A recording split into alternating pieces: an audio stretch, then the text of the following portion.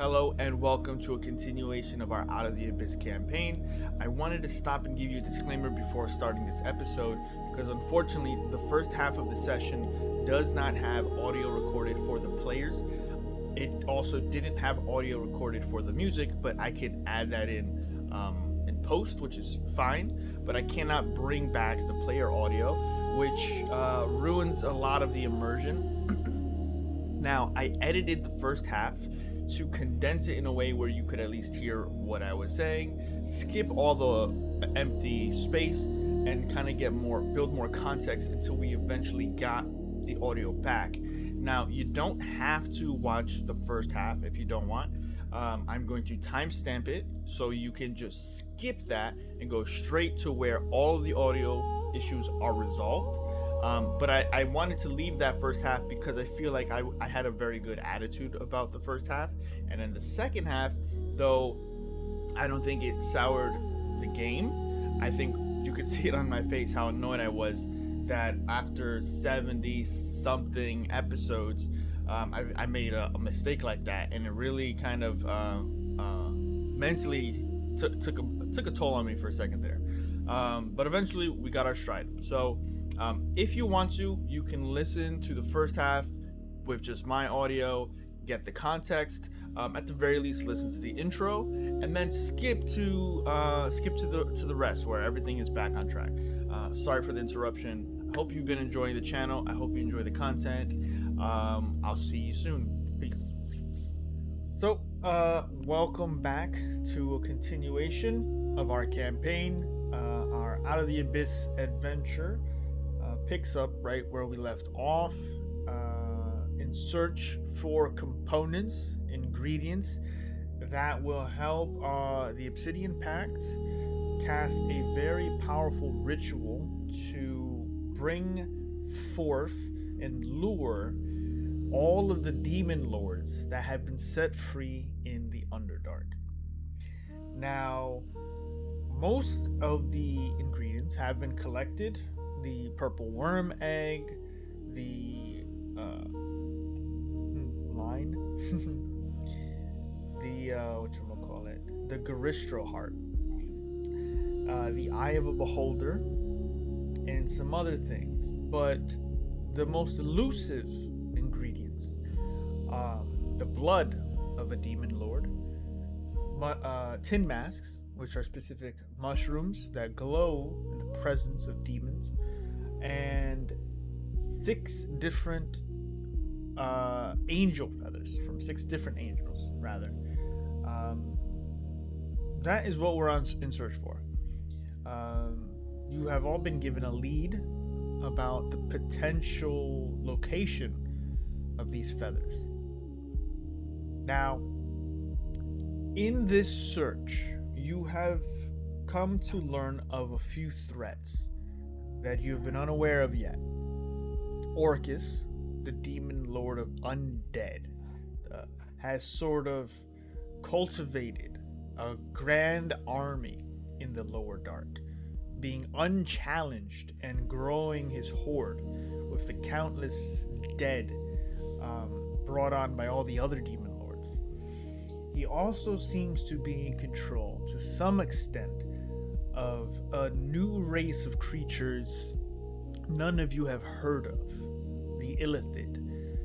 Now, you were able to circumvent his dominion a little bit with the help of Vedis and his friends, a kobold named Dragon, and some other monks of his order. They seem to be watching over Orcus because he is currently in the possession of Lyra, the goddess of joy, in a protective stasis. He has been unable to penetrate whatever this field is around her, but nonetheless, the key to this has been said to be within the maze engine, a very powerful artifact at the very least, in order to pierce the shell of such a creature like Lyra. You all have been escorted out of the lower dark by Vedis and some of his monks while they remain to keep a watch on Orcus in case the opportune moment arises for them to rescue her. Now, an alliance has sort of been concocted between Baphomet and Orcus. Or at least that is what we are coming to understand. Baphomet, demon lord of beasts, resides somewhere near Gracklestug. You have been given time to prepare accordingly through your travel. Slad has sort of given you a bit of a synopsis of this region. The dominion that Baphomet has claimed is known as the Labyrinth.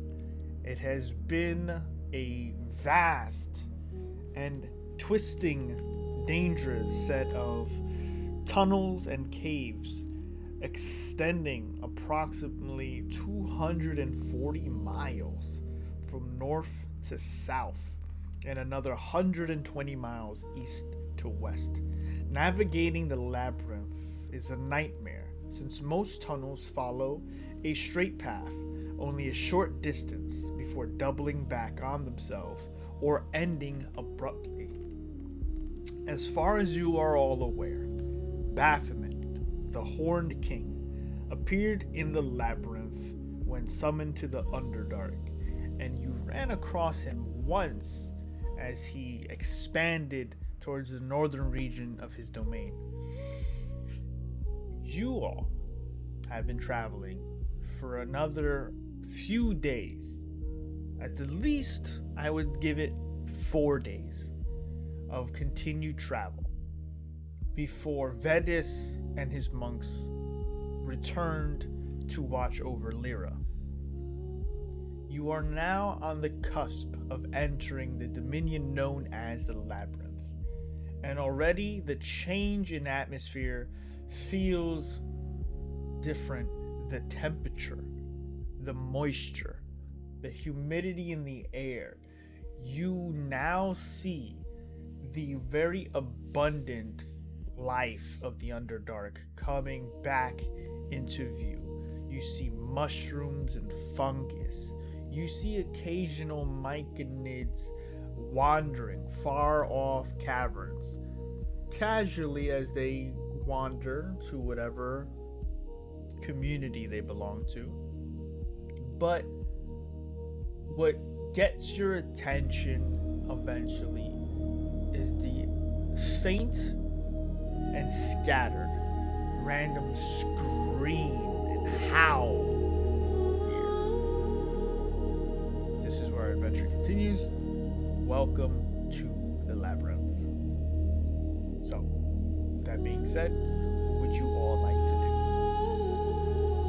Vlad says, I can sense all manner of blood and carnage. These halls leak of battle. Make a survival check for me. Sorry about that. Let's scroll up. So we have a 13 and a 19. So Ariza, helping Ray to sort of track this new region you've all got to. You've actually been in the labyrinth before because it's such a large part of this area of the Underdark. It extends for hundreds of miles in every direction. Very often is it considered the more pleasant places to travel with caravans, because more often than not there are viable routes that used to be cleared out by Gracklestug in culmination with some other mercenary factions. It has been considered the easiest place to find your way back towards the surface, but not in the recent times. The halls and region have been filled with gnolls and demons. As you look at the surrounding area, trying to find out where you could be going, there are tracks of carnage, of what looks to be dry old blood, discarded leather cloths. You eventually, every now and then, see what look to be abandoned carts and wagons, ripped apart, tossed over. You can smell rotted food that has been left here, and every so often you see drag marks. Whomever lived after these encounters was taken. So you bring out the torch and you can see the vast openness of the labyrinth. This area looks to show you many of the potential routes one could take. As you light the torch, you see not much bioluminescent light, but the amount that you do see highlights burnt down encampments far off, disused, and again what you hear howling and screaming somewhere deep echoing. Definitely screaming. Did you roll? Because I didn't see it. What are you specifically trying to like? I'd say another survival check. Nothing here seems like it is a trap. There's definitely what could be. How alert are you, Ray? How alert would you say you are as a character, Ray? As you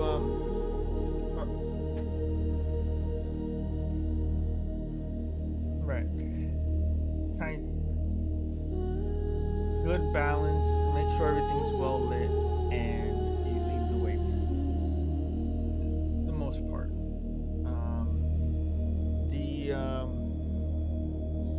The sounds you hear,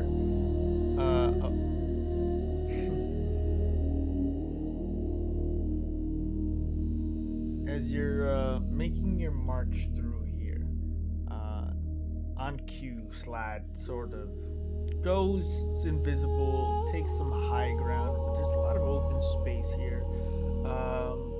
As you try to steer yourselves best you can through the labyrinth, it's a gauge of trying to figure out where you want to go.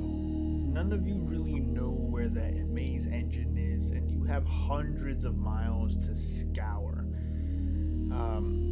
As you eventually make it 20 or so minutes, you do hear what sounds to be a heavy scream, but not in like a sheer amount of pain, but like into like a large creature howling and screaming before you all hear what sounds to be a bunch of heckling and cackling and laughing far off in chambers echoing. You see light start to pour in from different halls, and you see what looks to be many lights, many torches just flickering on and starting to rush towards the apex of the chamber you're in. What would you guys like to do? Towards this chamber, this grand chamber. They may not be running to you, but this hall is about to be swarmed by lights, torches. You don't know what is holding them or wielding them, but you do see many of them. You guys could try. You guys want to try to make a stealth check? Riz is casting Pass Without a Trace. As you all start realizing that this cavern is about to be filled with other creatures, Ariza, you bring your staff towards the party and cast a darkness sort of magic as everyone sort of, you see, not just when Ray does your torch go out, when you put it out, but it seems like all the smoke starts to make contact with the magic and spread around all of you as the entire walkway that you're all standing on just becomes encompassed in a shadow. And it looks so natural that it just looks like there's darkness here.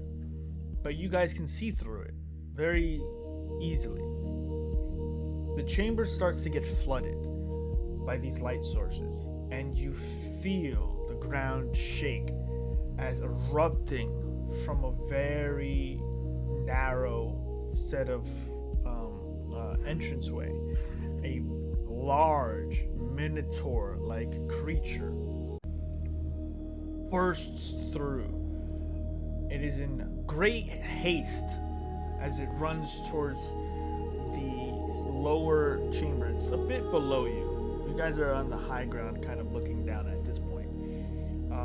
As it turns towards what looks to be a stone bridge. There's many of these stone bridges, but it stops at one, and lights start flooding towards that side as well.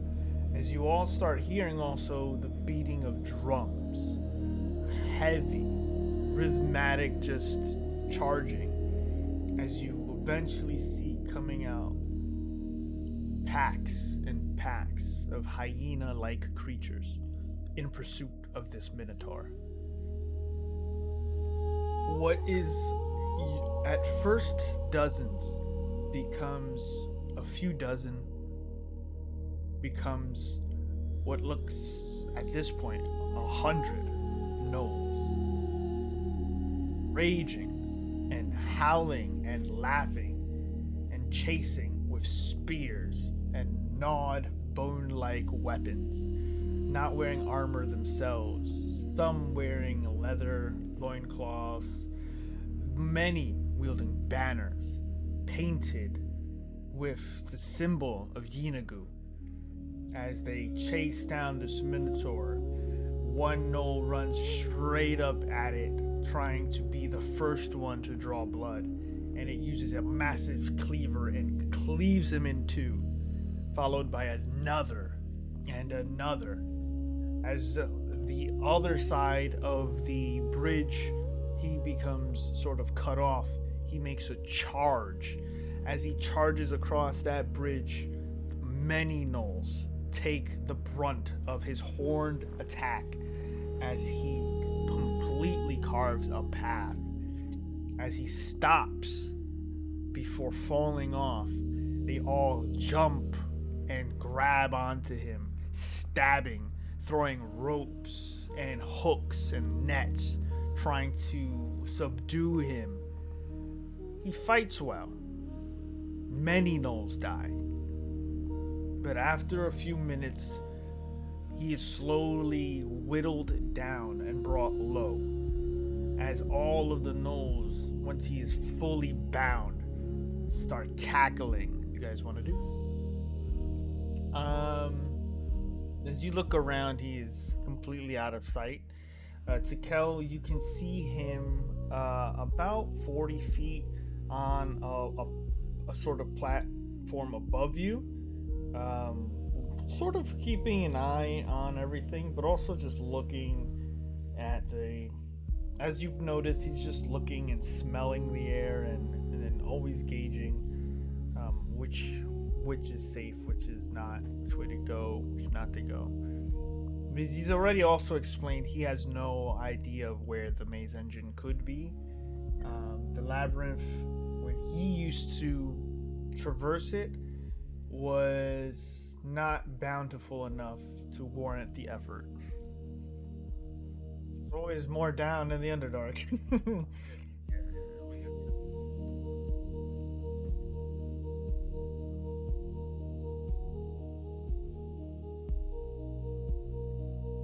Yeah, many.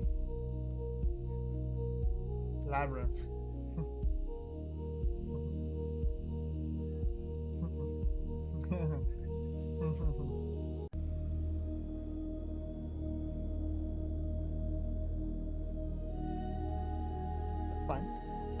need everyone here to make stealth checks as you all try to descend down with the current, atmosphere of all these high alert gnolls. So as you descend, with Sarah flying on the carpet and Orgoth, you kind of put your sword back in its sheath and start walking down, kind of like Mission Impossible. Like you just let yourself fall for a little bit and then catch yourself at the foot as they anchor themselves stickily to the side. As you all start making your way down, it's not necessarily one of you that starts making noise, but every so often a loose stone here, and the movement of the shadow. Though you roll very well on your stealth, you do see what looks to be a bunch of dust and then rocks slide down from your path and make a bit of a commotion. It looks, as you make your way, that a gnoll far off, again, just on the cliff, looking to be relieving himself, stops and looks over in this direction with this white eye. As he does, he sort of picks his spear up. It's about 80 to 90 feet away from your position, but he seems to be looking in this direction, trying to see what all the sort of interactions going on here. What's happening? You can make a perception check. You, as you're flying down, have more free time on your hands. You do notice the gnoll stop to look in this direction, about 80 to 90 feet. It's actually just raid the whole time, whole way down. Are you trying to let him think you're gnolls, or are you trying to... What's raid? That's your gnolls, okay? Okay. So as you make... Well, they don't see you yet. They're just looking in this direction. But you do make the sound. After a little bit of Ray trying to throw his voice, the gnoll stops for a moment.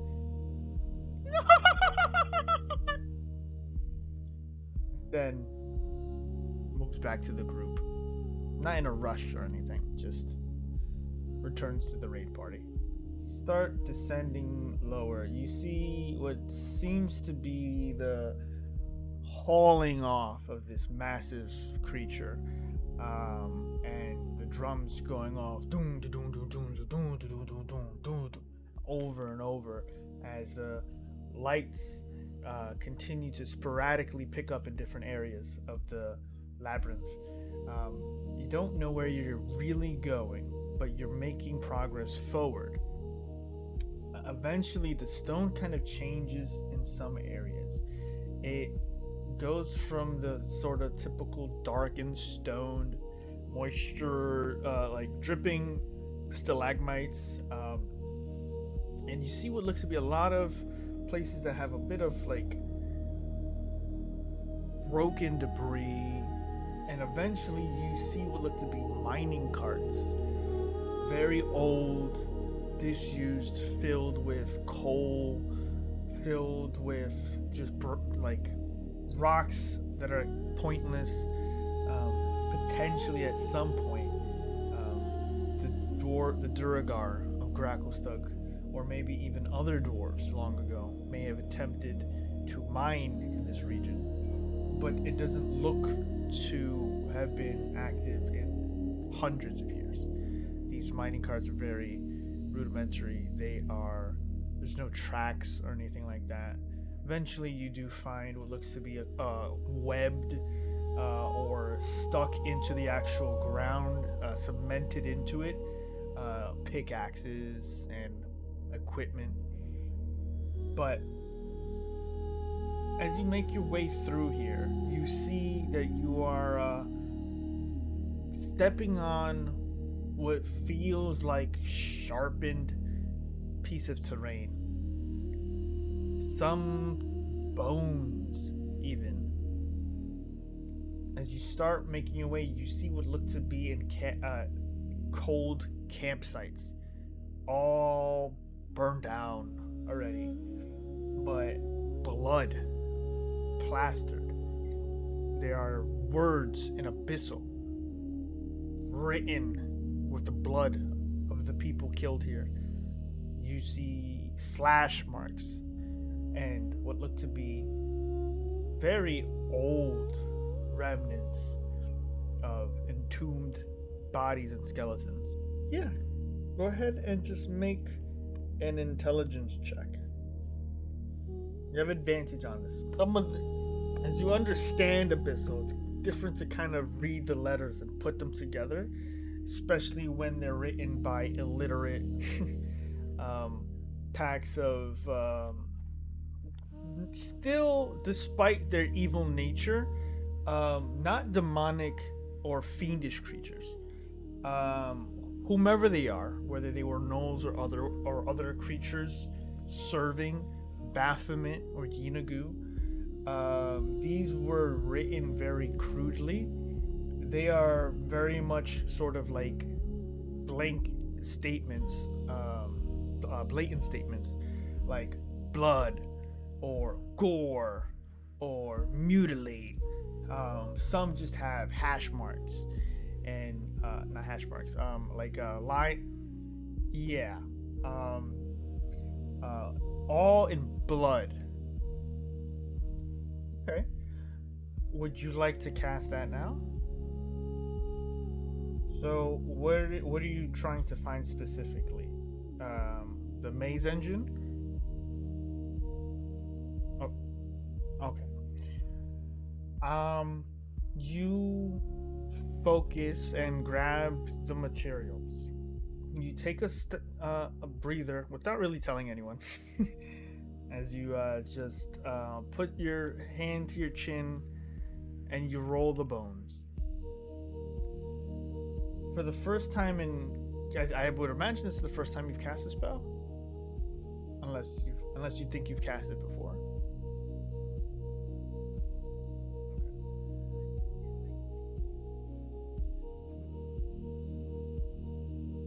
Okay. As you throw the bones and teeth onto the ground, you see them fall not too far away. The teeth clank, clank, clank. And then they sort of magnetically shift and pull to the center of where you rolled all of them. The bones begin to turn and crack and twist. The teeth start to hover and circle as the pile starts to turn into a sphere.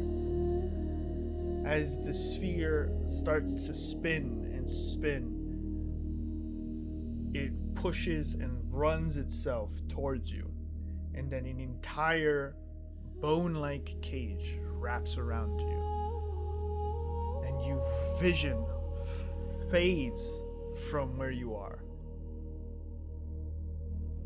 You see something not of this world. In a cavern,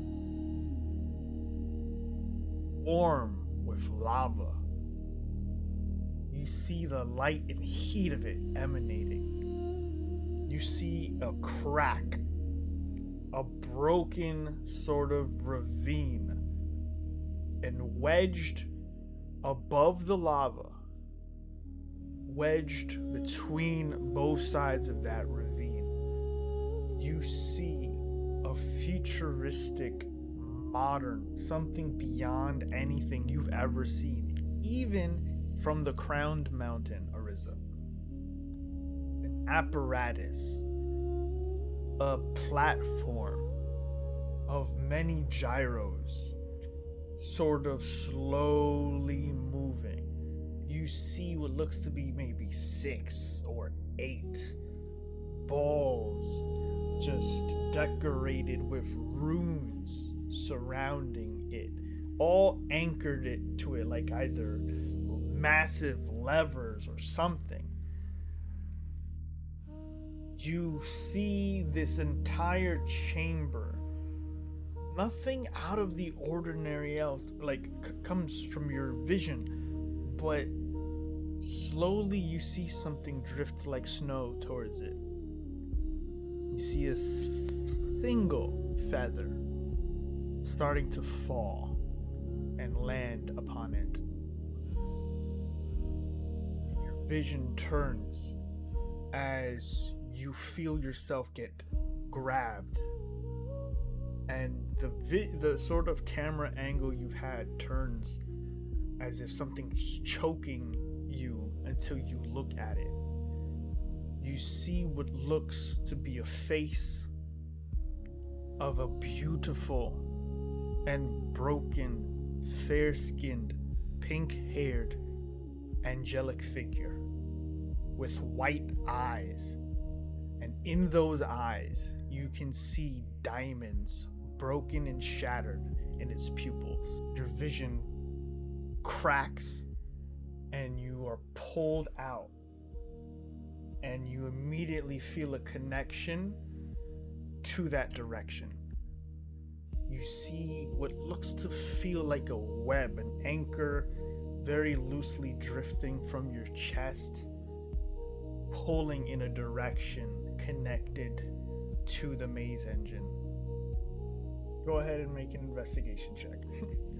You start grabbing boxes and start throwing them and picking them up and like moving them. Need new Murph. You grab what looks to be a crate and throw it, and nothing. And you walk away, little to realize that you threw over this crate and moved on because it wasn't a chest. But lo and behold, a tiny deep gnome you're still unaware of that you just revealed just pretends to not move after hiding in this crate for God knows how long. Slowly starts to roll into the shadows as Takel can see invisibility. And you're aware that the creature is currently under the invisibility spell. Awesome. As you touch it, the wood sort of expands and then turns and then creates a smooth top, and then rivets start to cut through it, and then bolts of iron start to make a band around the chest until a lock sort of twists out from the wood and then meld until the bottom becomes a perfect flat surface, and then the entirety of the crate becomes one mostly wooden with faint bits of metal iron bands around its chest. As the deep gnome slowly sinks away from the party. Slad, you can see its elongated tongue start to lick above it and say, "Finally a meal." As he wraps his tongue around the deep gnome and then wiggles him in the air with this massive 10-foot long tongue. The deep gnome goes, "Ah! Ah! Ah!"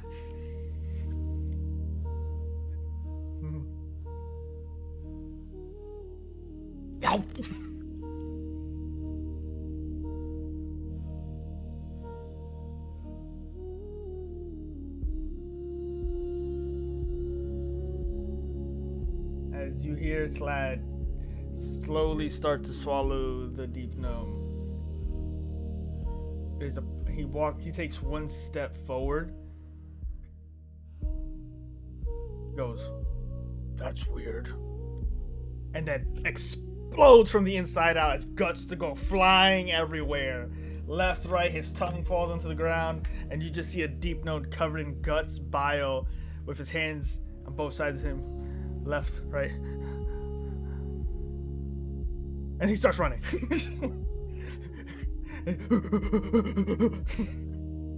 So, with Ariza in charge, what would you guys like to do? As you continue on, with Ariza taking lead, there are many paths you could take, but the most direct path takes you through what looks to be a very vibrant, well-lit region of the cavern. There is sort of like sandstone here. There's large bonfires lit, hanging over the high ground, and banners everywhere. You slowly continue to follow the straightest path. You take 20 minutes of walking through what looks to be the center of sort of knoll encampment. As eventually you see a couple of gnolls and different parts of the encampment sleeping, not yet awake as you approach. Not yet, but you have just arrived. They seem to be a couple gnolls sleeping in different areas. One brings its foot up, it reaches over its head and scratches its ear. Scratches so hard, blood comes out, and it then bites its foot, goes back to sleep. 10 foot above the group, not necessarily in the sky, but you can be in the sky if you'd like. Everything I say sounds dangerous. Just saying. Would like you all to make a stealth check with disadvantage as you're moving through a gnoll encampment. In the center of it, with a large shadow. You still have pass without a trace. Disadvantage, so it's technically a 0. No, that's good. It's a good idea. But ever since Takel installed the air conditioning unit on it, it's been making noise nonstop. Like, you know, yeah. The battery pack, you gotta unplug it, so every now and then the wire is just hanging out. That's actually interesting that you say that. So what happens as you're sort of traveling through here, the encampment seems to be quiet, but as you're approaching, you feel that you're going unnoticed, but immediately as you approach, those of you on the ground, you see whipping in front of you spiked barricades protrude from your direction inward towards you, and then you look behind you and the same thing, as closing around you, spikes sort of shoot out and make a barricade, and sort of box you in. The immediate response as all of you start to get defensive, Ray, you hear Noel go, yeah! And you immediately cut his head off. The trap triggers.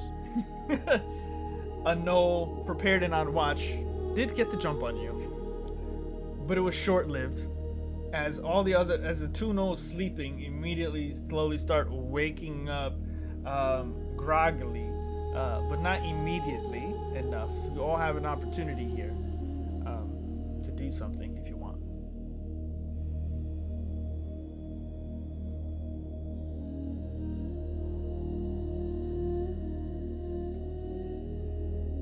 You are sort of surrounded and boxed in by a bunch of spikes. Imagine like just a sort of I'll draw you a very loose sort of idea of if you were all sort of in the center here, you just see like a bunch of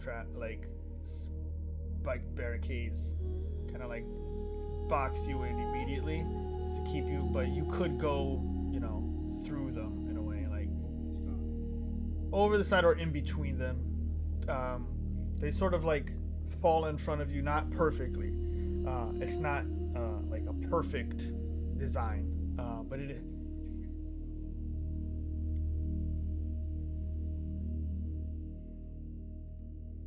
Yeah, I mean they're sleeping. You got enough time to get to them as they start waking up, so it's up to you. Okay. Okay. You get Orgoff. You go through the barricade and start cut. You bring out absolution and lightsabering it. As you do, you don't want it.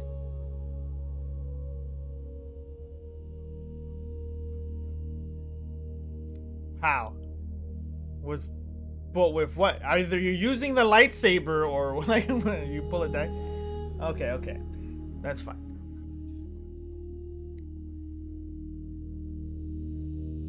Perfect.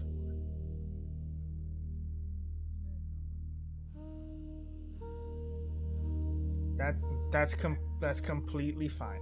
As, as you immediately you go seamlessly through the small hole of the barricade, and you pull out your car keys. You grab the you bring out the pocket knife you bought at in Blingden Stone and start carving the trap rope up.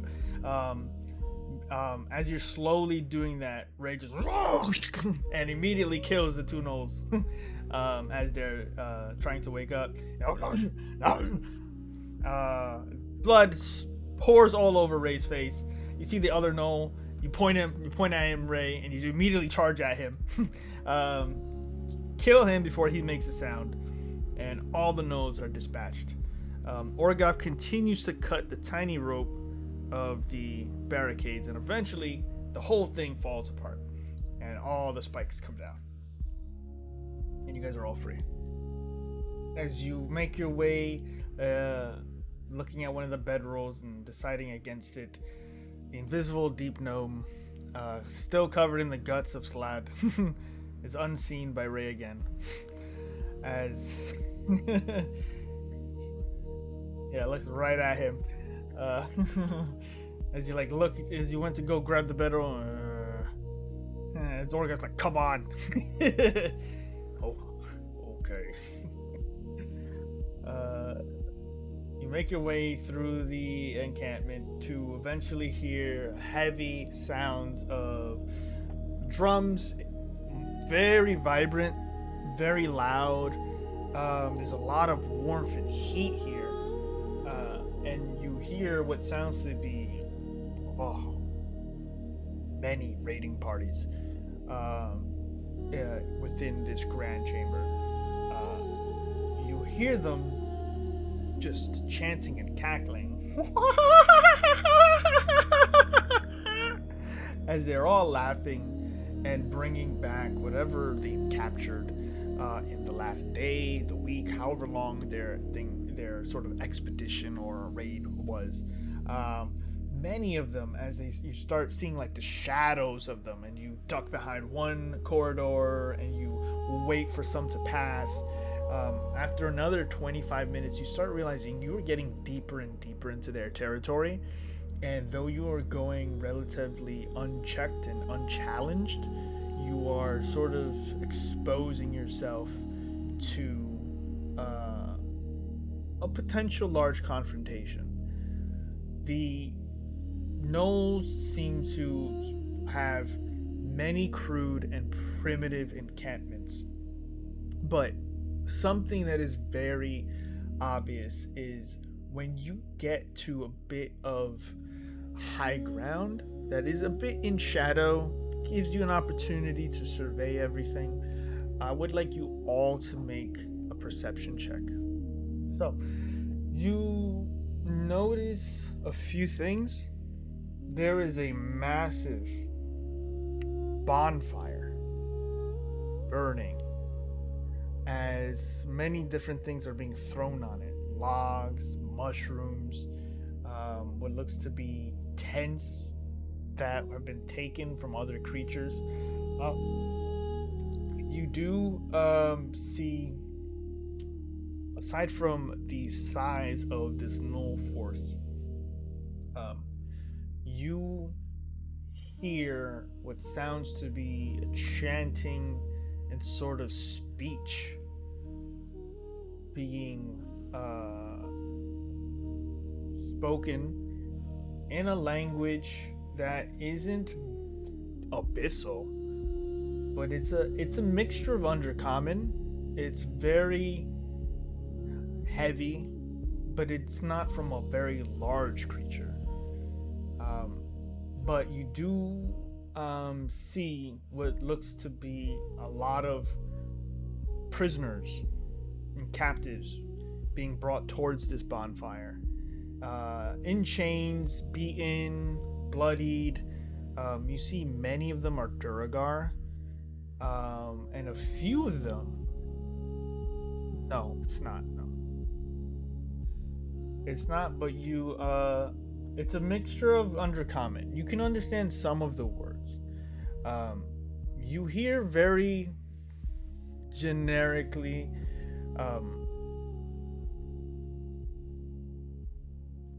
Soon we march.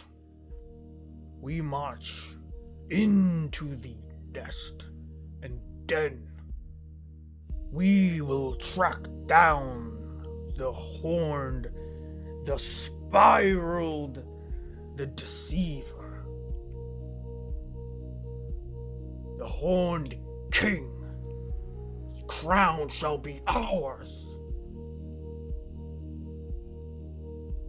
Don't forget, it isn't about the slaughter. It is about the act.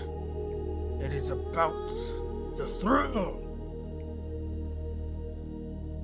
Don't necessarily hear where the voice is coming from specifically. Takel, you notice eventually what looks to be the source of it, and on a high platform with a very large red banner near the large bonfire, there's a gnoll that looks a little bit crazed. Blood red eyes, very sharp teeth, a bit of a higher intelligence, dark black fur.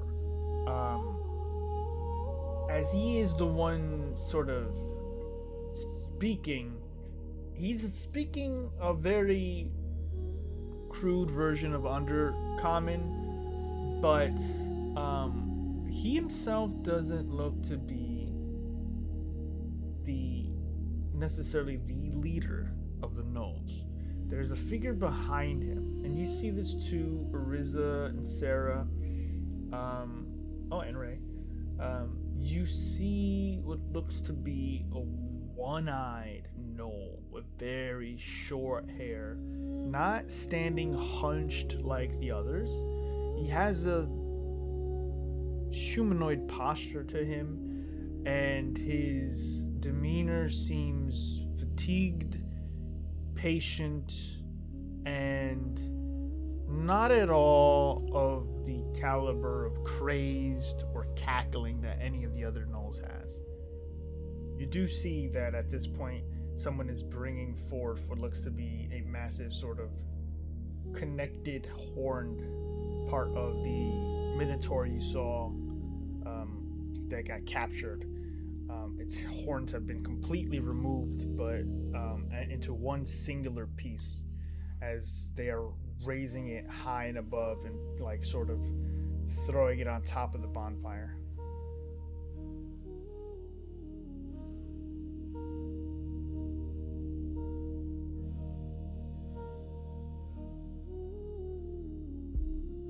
Mention what? No. But do you guys want to continue to listen to the speech, or do you want to go somewhere else? You can do either. I just want to know how long you want to be here. You all look for different vantage points and try to listen in at the remainder of the conversation. I need everyone to make stealth checks.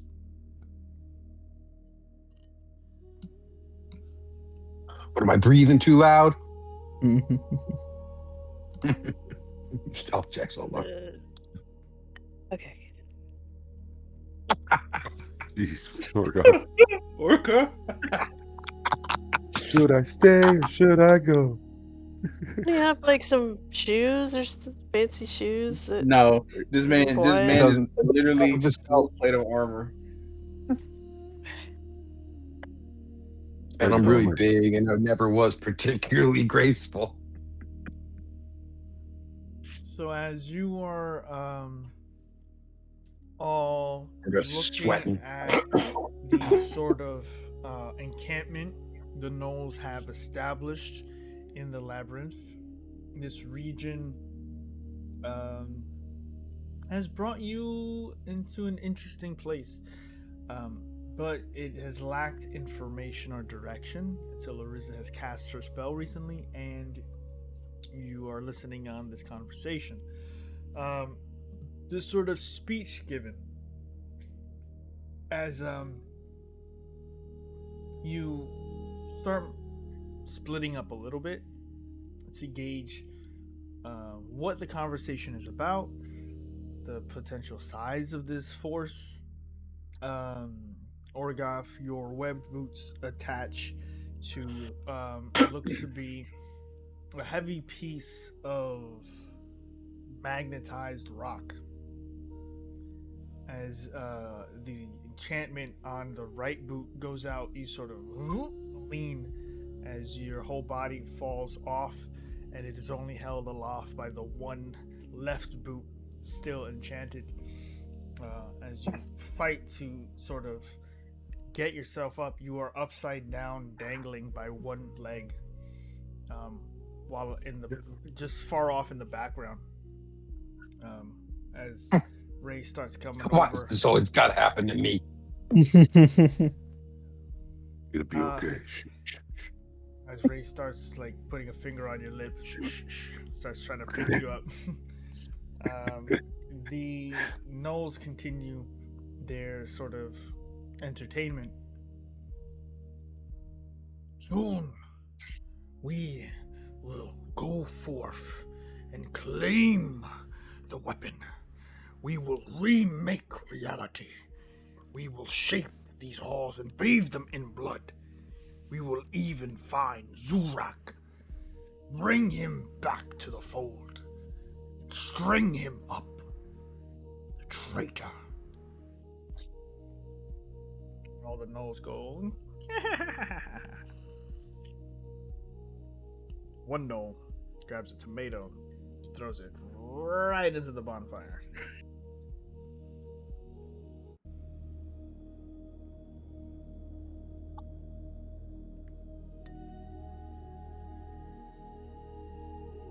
Okay, Orgoth.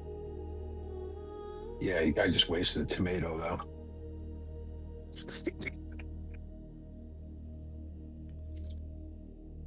He's watching the food go up in flames like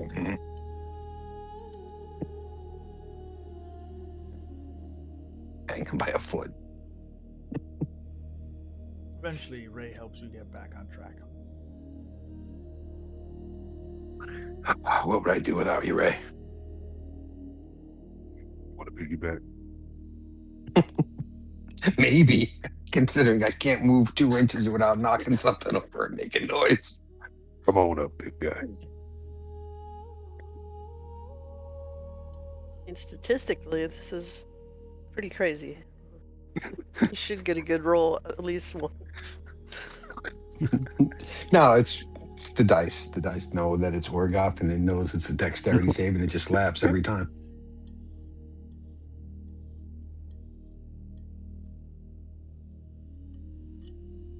I'll pull my 20s in combat. That'll be okay. Are we I gonna think that's probably better. I'm hoping anyway. move around now, guys? Yeah, we should probably go now that we got information. What was our dude's Do any name? of us have any idea what a Zzuh'Rak is? That was the Just a big traitor. Zzuh'Rak. Okay.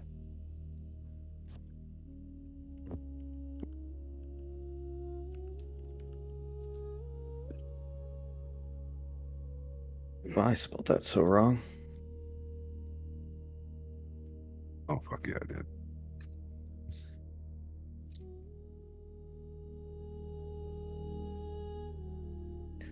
All right, yeah, we should probably get going.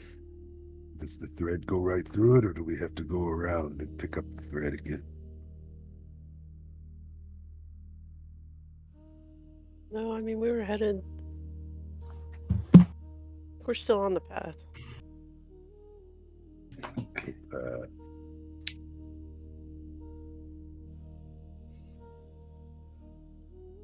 would you guys like to do? We can continue back on the path. We don't want to stay too long and get spotted. The path takes you through the heart of this encampment and the heart of all the gnomes. Sweet. We have to try to go around and pick up the beam again. Sorry, too much Dark Tower. Pick up the thread again. We had. So. It's going through the camper, is it? Can I go around the camp, like under the camp? Like, is it on a platform I can sneak around by going over the side and not being anywhere near them? Like, just to give them a chance to sneak through. I'll take my chances on my own. Are we gonna stay together? Clean off that right Well, I slipper. don't- Something Yeah, stuck to it. You're click clacking every time you walk. I think I stepped in some gum. Besides, if I have to hit a horde of Null with a tidal wave, I don't want you to be among them. It's a good idea not to be there. Yeah. Hey, I think I got one of those. Maybe too. there's room on the carpet for me and my pack and my food and I don't know if it can hold us all. Sarah's the only one on there, Yeah. so I think you can. Do a wheelie. I mean, with you on here, how much you weigh at this point? With the pack and everything else, I'm probably like 400 pounds. Easy, 450. Easily. Yeah, and the carpet was 500 pounds. Yeah, I'm probably close to the limit of the carpet. Yeah, because I weigh 118 at this point. I mean, if I really wanted to, I could polymorph either me or you into like a small animal, and then we can just take the carpet together, so you ain't got to worry about sneaking. Orga's nodding. Like, yeah, that sounds good. That sounds like a really good idea. Fine. Anything so I don't have to crush your chance. Come on, Sarah. Don't, Orgoth, I love you. Don't worry about it. I'll do it. I'll waste the spell. Hang on. Before we waste the spell, Mm-hmm. this thread is going through the camp. Do we see any possible way of being able to sneak through the camp? Because there's a giant bonfire, there's Dwagar in chains, there's gnolls all over the place. Like to go back some those. I mean, we could sneak through if you want to. I could turn me and somebody else invisible. I could do the same thing. This is the one time I wish I actually had major image or major image or something that I could just make some of us look like gnolls. But I don't have that. Ooh, can Tikel make like a bomb or something, and then like when we're on the other side of the room, like going the way that we want, the bomb goes off and distracts them to look this way. It's not a bad idea. I mean, I don't know about a bomb, but something that would be a distraction. Yeah. Good idea. After 3 months of waiting in the Null encampment, Takel finally makes a bomb. Yeah. Hey, to be granted, if he waited 3 months and not get found out, that's actually an achievement right there. And I'm going to say Orgoth's really skinny at this point, so maybe. The armor would be clanking a lot more. Does anybody have a glyph of some sort? I have a glyph of I have a glyph of warding. I got a glyph on my cufflinks. I had glyphs when I was a kid, but I got over it.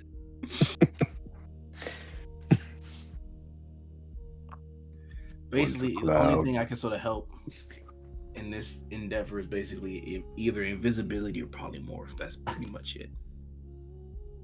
Ooh. And even Yeah, there's no way even I'm sneaking still, through that camp.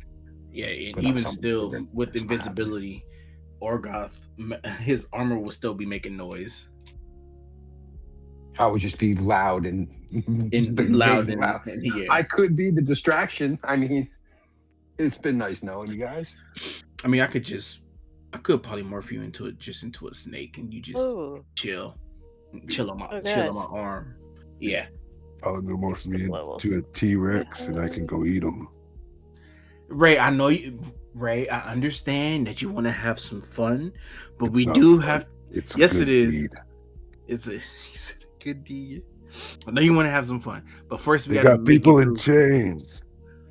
And we will most likely save them if we have the chance. But it's us against an army of them, and at this point, yes, it's an army. You may be the Hulk, but we can't help you if we all in trouble. Okay. But I promise you, when I get to say the word, you'll be able to smash. What's the word, Sarah? I don't know. We should come up with the word.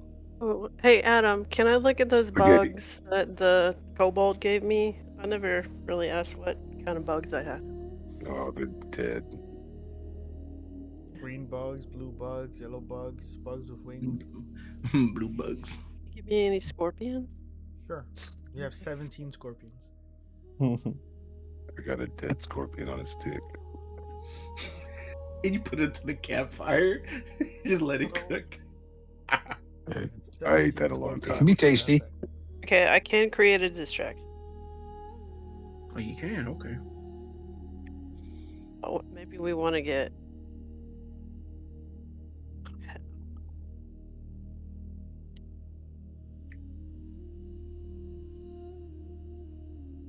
T-Rex would be a distraction. I can do here. I can do this. Show you guys. What are you showing? We might want to be maybe more towards an. I don't know how we would know something's an exit, or at least away from this place, or a little bit further Well, you know which way we're away going. from the crowd. You know I which think way we- we're going. So the other way. I bet it's 3 nutshells. We just have to make them either go away from where we actually want to go. So you can choose 3 different directions: below us, above us, to the left, or to the right, depending on how much room they have in this area to go. Because if we're trying to go, because kind of we're Make above them go them. all the way the opposite direction that we're going. That's the call. yeah. So if we're going left, then make it go right. If we're going up, then make it go down. You know, just so that they're going the other way.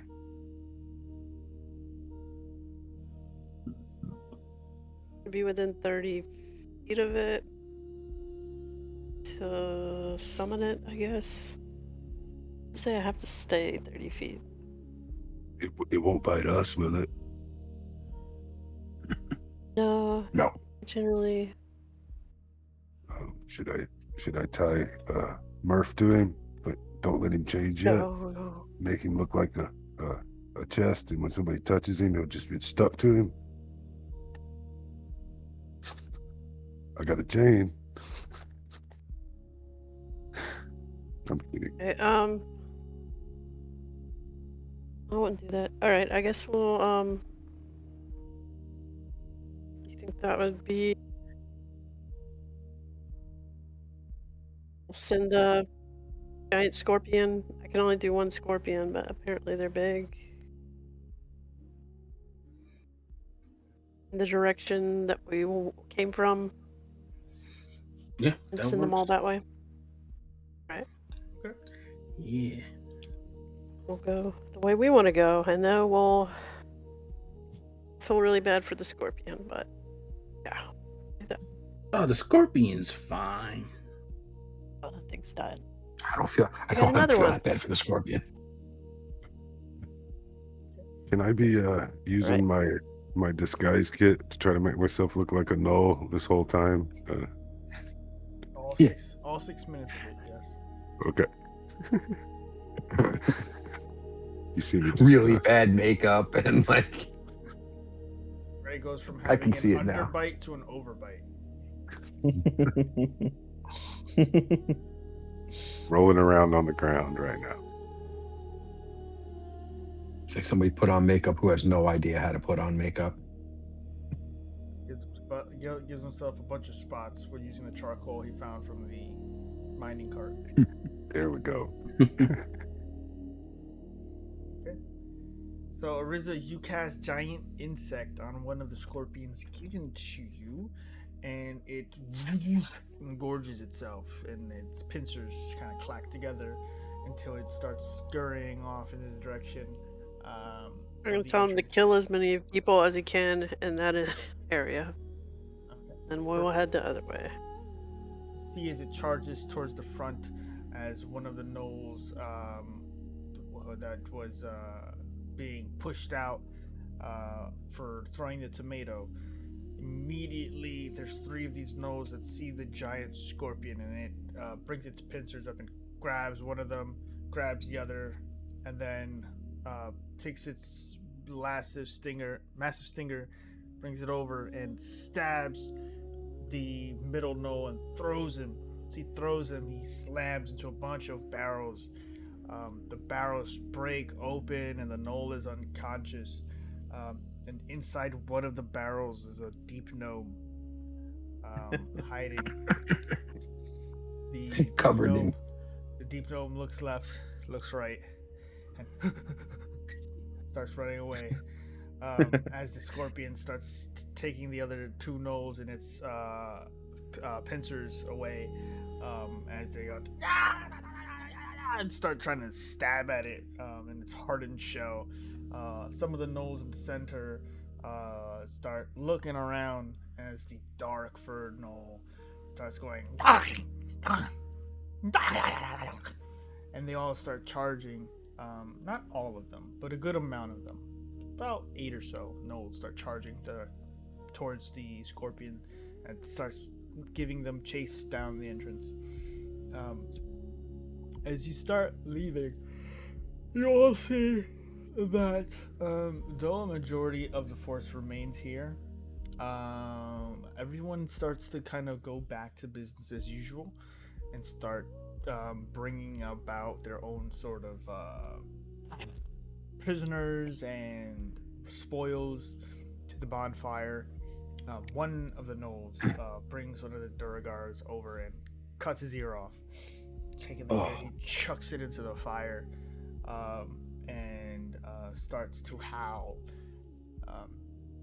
All of the gnolls here seem to be quite savage, quite focused on indulging in the torture and sort of pain aspect of killing. There's the gnoll that sits or stands next to the dark-furred one, the one-eyed gnoll that stands with a posture, looking about at all of this. And he's a singular stone against the roaring ocean of chaos here. He looks around focused, disciplined, and as you're all sort of making your way over this encampment, Zakel, you notice that his one eye spots you, looks at you, watches you all trying to make your way out and circumvent the warband. And he doesn't say a word. As we're going, you said I noticed it. I'll probably just like just a quick stop, kind of just look back at him and like recognition and knowing that I saw him, and then continue on.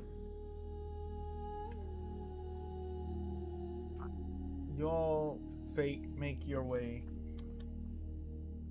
for the next 20-ish minutes out, and it's a long maneuver through tents that are abandoned.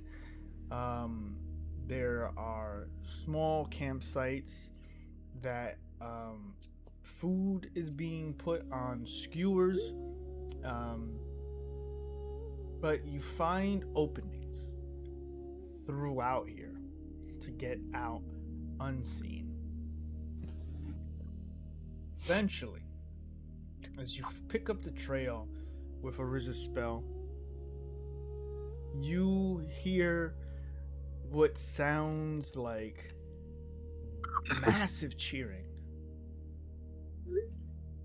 You hear a horn blow, and drums start to pick up heavy, over and over, and the ground starts to sort of tremble as you hear a spattering of steps, more faster and rapid.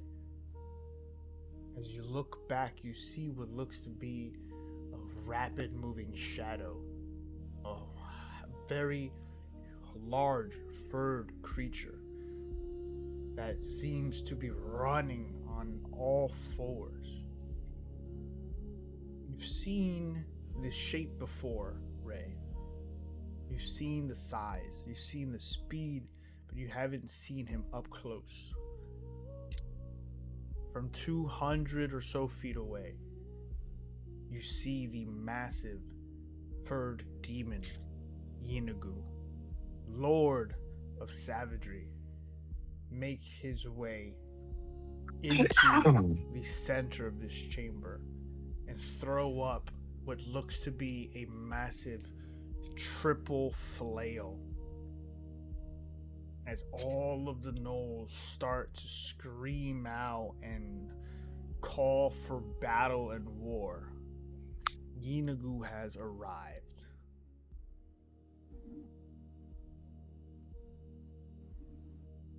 You all make your exit.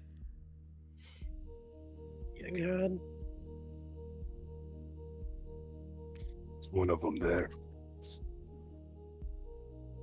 One that was in my head.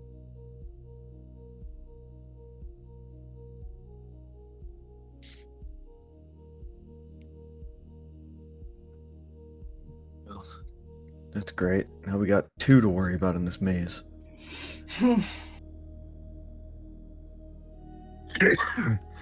At this point, we might not even. At this point, we may not even have to even use the ritual to bring everybody together. They just keep showing up. We are the ritual. Maybe we should just start holding a giant sign. It's like, we are here. Come get us, demon lords, and everybody just shows up at once. Hey, that might be it. We are the bait. Yeah, we're really on a wild goose chase, and Dro is just telling them where we're at. It's faster.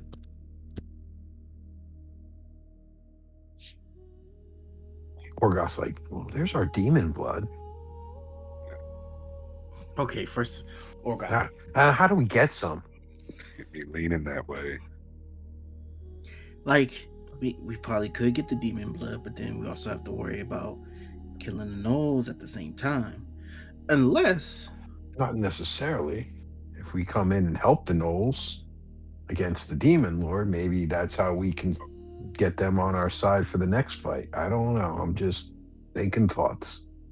Most of my thoughts are mediocre, so... The gnolls praise him. That's their god. Yinagu is the god of gnolls. Yes. Yeah. He's trying to turn me into one. Okay. Oh, so they're probably celebrating him. to get in the middle of that would be bad. Yeah. Yeah. Ears and tomatoes. When he came in swinging, I didn't know that they just Exactly. killed their own. Yeah, but that sounds about right. It's a demon lord. Mm-hmm. All right, let's get the fuck out of here. Yeah. As enticing as it may sound, like I sort of do want to fight, but not in the middle of all them gnolls now. Yeah, if that is the god of the gnolls and they're all happy to see him, that's a whole different thing. Mm-hmm. I thought there was a fight going on there. Well, Thanks for clearing that up, Ray.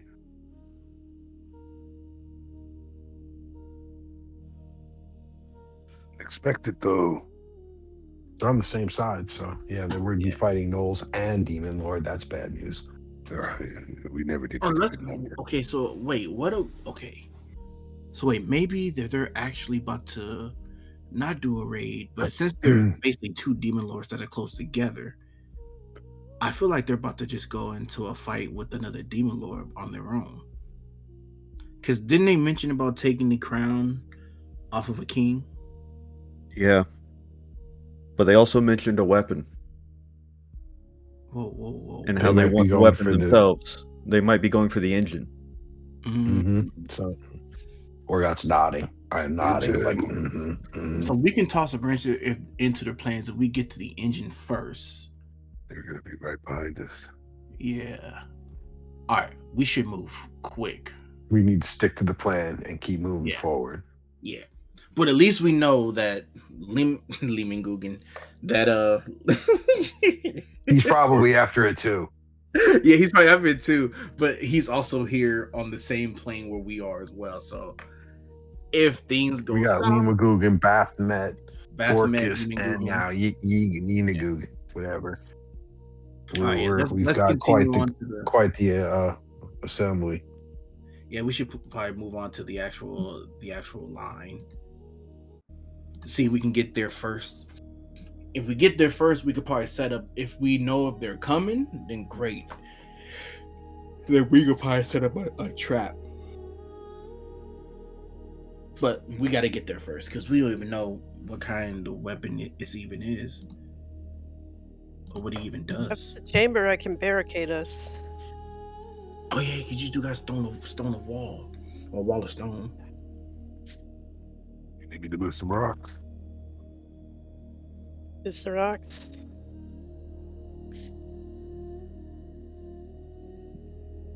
Do a wall of fire.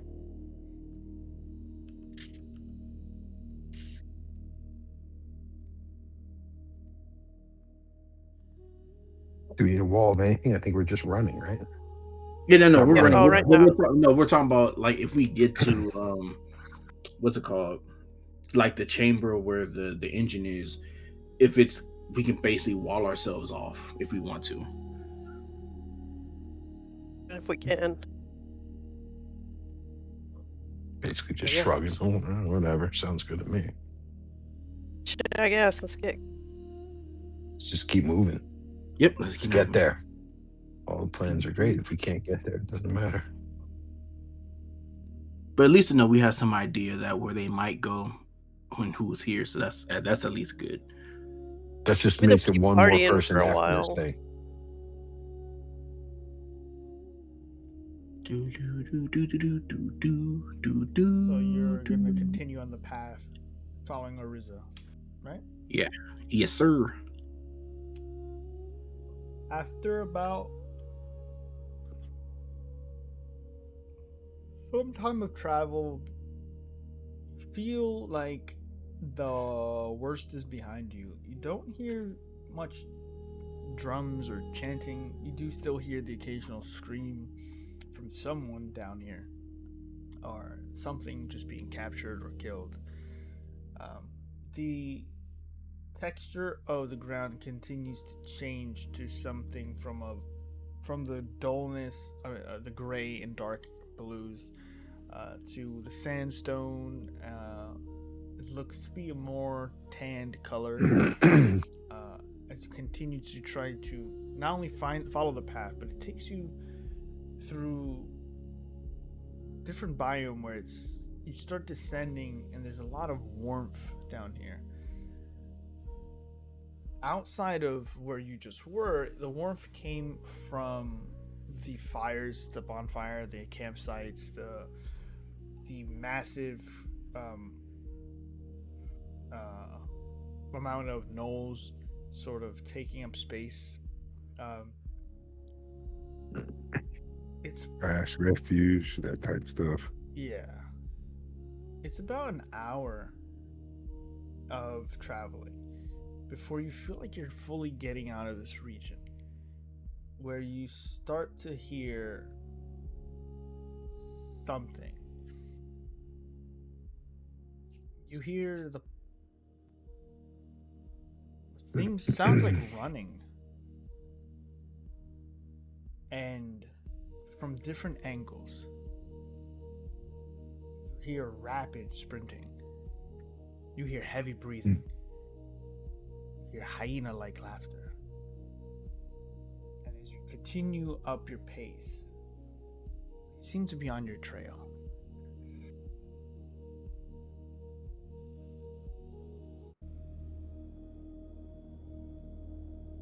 They're on us, guys. They're Set on up us. an ambush.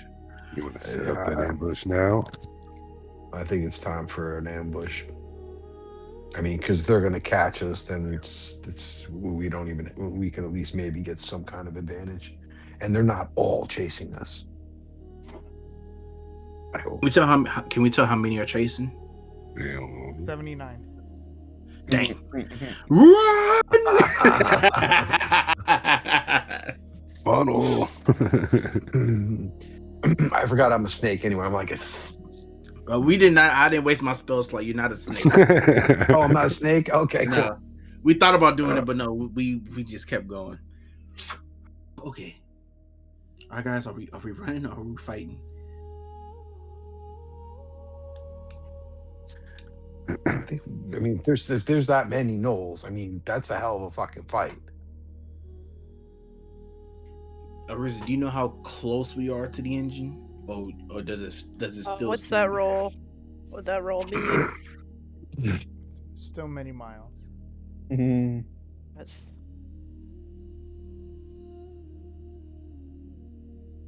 I guess it's run this time. Yeah, it is gonna be run. If it's a horde of gnolls, I don't, you can only kill you kill so many in one at a time, and then they come, scratching and biting and doing things. Running. Running. Yep, we gotta run. Yeah, let's run. Because at this point, it's not worth being sneaky if they already found us. Yeah, that's good. That means I can actually run pretty fast and do all my things and not run. I'm in good shape. It's just not sneaky. accidentally. Oh, I hit that again. Sorry, guys. So you start going into a leisurely jog as you start trying to pick up some pace. You hear the sound growing, and eventually there's a heavy set of footsteps from what feels like much closer. As you keep jogging and keeping pace, you are running more and more towards that heavy thudding, charging, a large set of to stampede just ahead of you. Coming in front of us, and then we've got the horde behind us. Yes. Oh. Okay. Can we go up or down? That's my first thought. Is there any way to go up into the cavern higher or down? Make a perception check. Can we lower ourselves to another level and let these two things clash? Let me find my perception here. Oh, that's an 18. Oh. You see many different paths you could take. There's one that is covered in darkness that leads down. There's some cliffs you could climb up to take the high ground, using the mushroom caps to climb them. It's up to you. I point out a couple of these options to Cal and and everybody. I go, listen, we can go up or we can go down. Either way, if we go forward or backwards, I think we've got a fight that is going to be a tough one. Maybe these two things can fight each other. Go down. Yeah, maybe they can Down. both. Isn't that Get kind of into where that we little want to? dark corner. I'm We, pointing into that dark corner we you do mentioned. the It's like maybe down perception there. check too. Dang, I got a 10.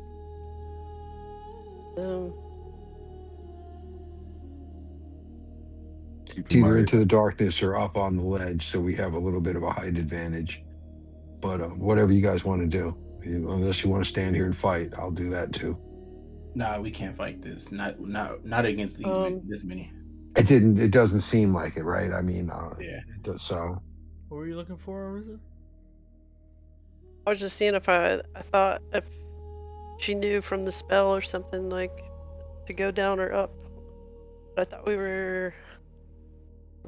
The most direct path was to keep Going down. going forward. Through the sound of whatever stampeding towards you. As you look to the left path, look through the right path, that would lead up.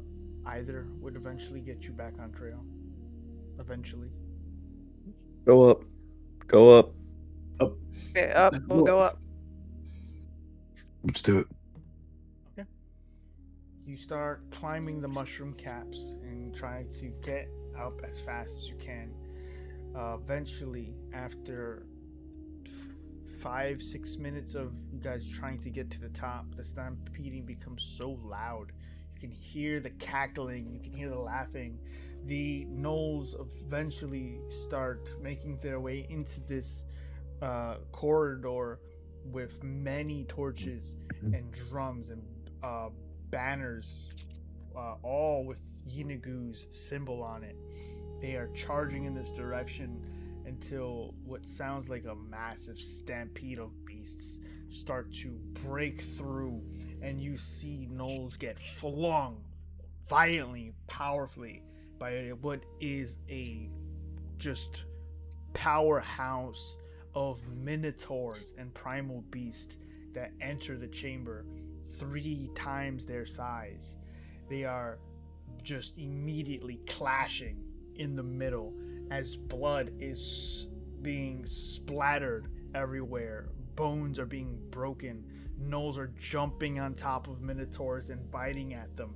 You see one gnoll come out with what looks to be one spear, but it's actually like a 15-foot spear battering ram, as 4 other gnolls are all grabbing different ends of it and charging it forward as they skewer one of the minotaurs and right through the guts, and just keep charging with him now at the front of the stick.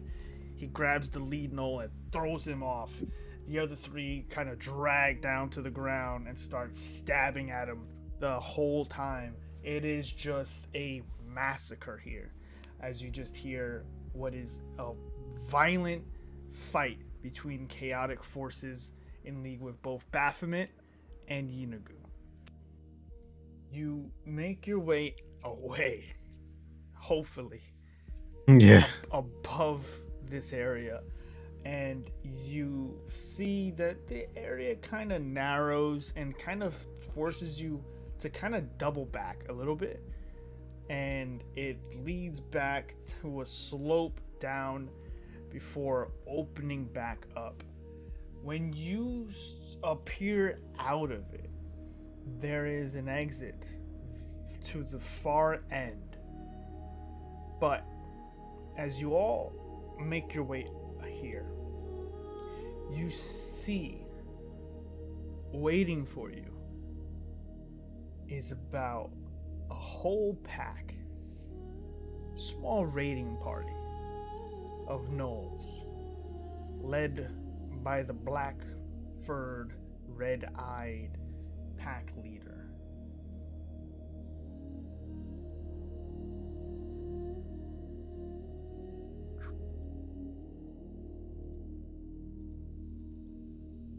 Oh, Fighting with or against? They look hostile. They look like they are snarling. Some are laughing.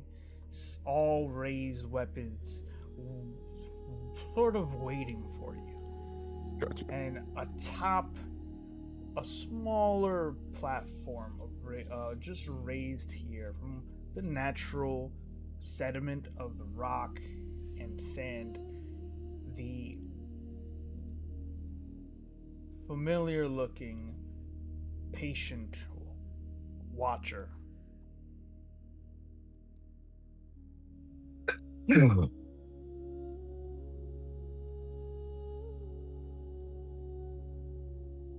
I look up at him, and I am ready.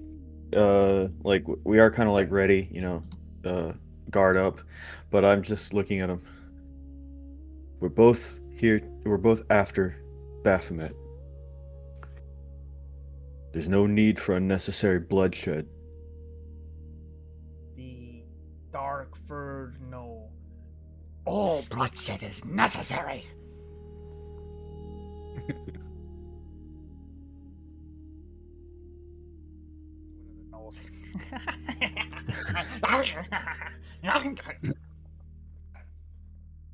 If that's what you want, fine.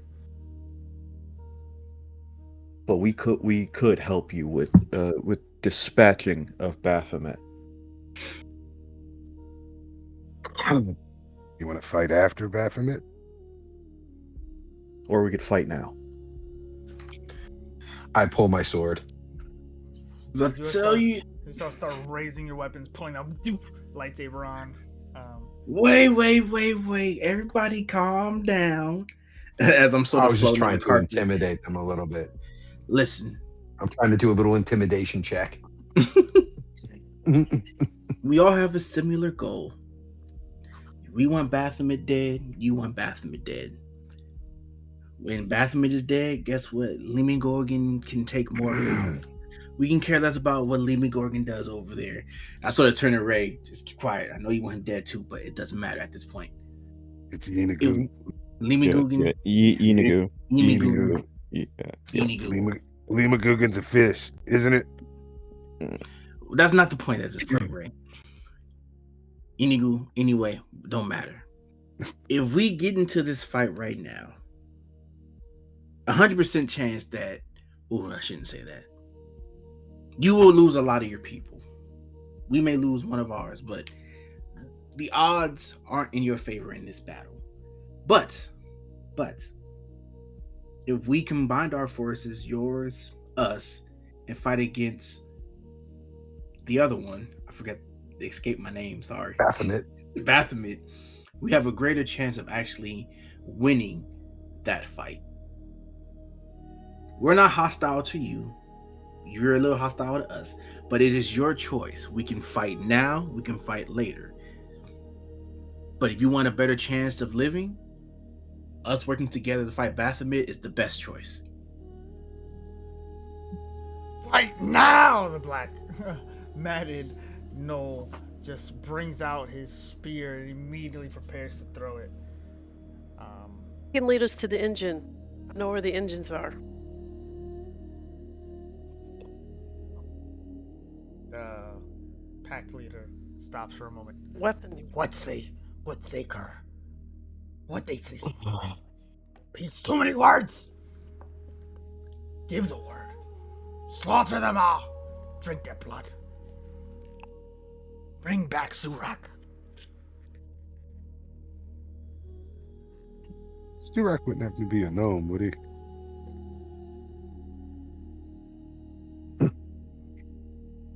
Sneaky little bugger. I can lead you to Zzuh'Rak. There's a why would you mention the engine? Yes, we don't want them to go already to the have engine. brought us to Zzuh'Rak. As all the It's Knolls not the have- worst case, though. It's not the worst case. Let them go at the engine because they could back us up against the fighting Baphomet, man. I mean, Yeah, it's but then not they're a going to bad want to idea. fight us to take the engine. Well, we can maybe sneak out with it while they're all killing each other, Or- man. I'm pointing Scalebreaker at the leader. As long as we don't pull a Ray and just go completely off to the left and just do something, without the plan. Hint, Be hint, like, wink, wink, nudge, nudge. Know what I I mean? Know what I mean? challenge you. Hold on, hold on. Let's just see what the pack leader says. Yeah. I'm about to Saying be it's the not pack worst leader. plan. I don't doubt it, Ray. Yeah, I'm like, I shrug my shoulders. I'm like, I don't know. Aren't you already? I gave them an ultimatum. Let's just see what they choose. After what they decide, Good idea. we can either attack them from there or attack them from there. Let's just see what happens first. I keep trying to drool more than I normally do. As you say all I of actually this put my sword in- away. in front of all of them. Fuck. Tricksy words. You see, they want violence. Let's give it to them, Kerr. They've already brought us Zzuh'Rak. Now let's bring him back to Udigo.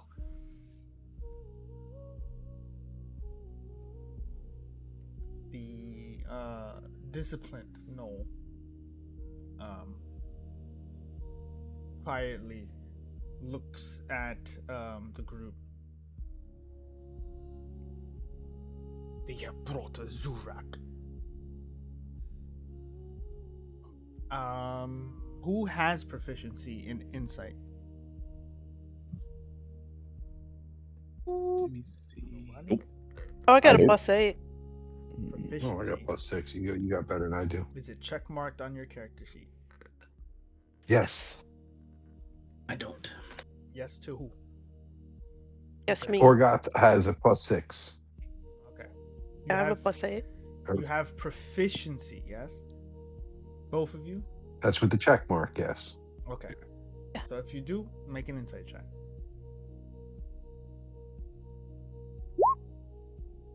I'm rolling a good insight. Oh, Jesus. All right, at least it's the 15, not the 9.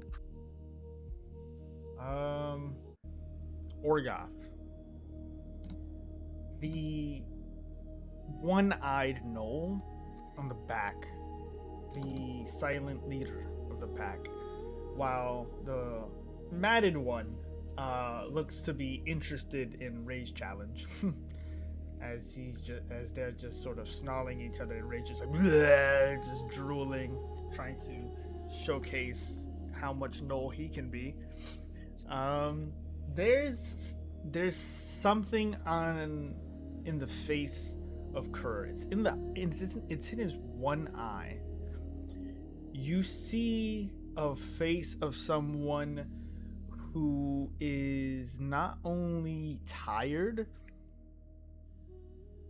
but he's not at all driven by malice or chaos or evil or any of the goals that the gnolls are aligned with, or even the pack leader. He seems to have absolutely no interest in sort of your death. But he has interest in making sure that there is a fight here.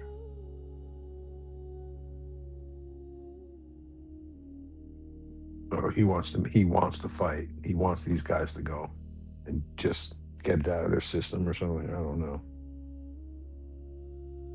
He wants to make a fight. All right, well, I go, you heard I look at him and I go, you there in the back with the one eye. You heard the words. You know your choice. Make it.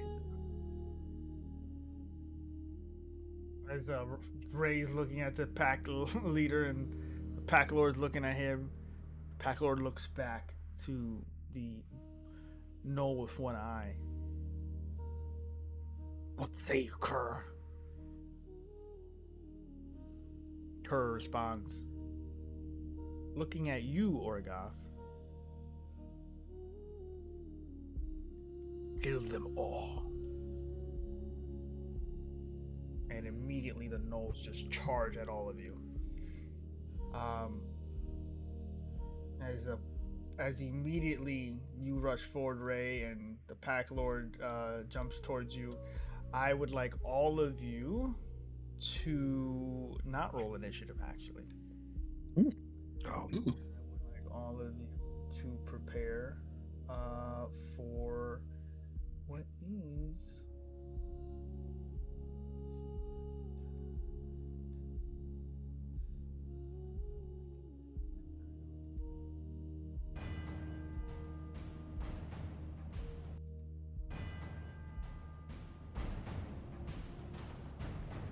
a very bloody fight. Hooray. Yeah. You've got the power of a necromantic potion has given you ungodly constitution. You have faced creatures well beyond them before. I would like you to immediately tell me, as the Pack Lord rushes you, how does this fight go? I try Scalebreaker a few times and then try to literally grapple and hold him and try to make the pack respect me, as like I'll drop my weapon eventually and just grab him by his ears and trying to just tear him apart with my hands. Okay. So you In a rage, going into a rage. You swing the first strike, and he sort of blocks it, but then your strength brings back that roundhouse swing, and it just breaks his jaw. The might of Scalebreaker has brought down stronger foes, and immediately he goes to lock into a grapple with you. The Knoll in the back, Kerr as they called him, seems to just be watching and allowing whatever's about to happen.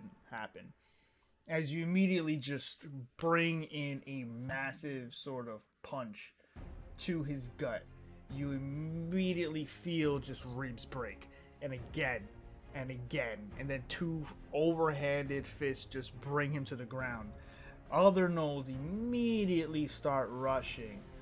Two jump towards you, Orgoth, and immediately try to take you down.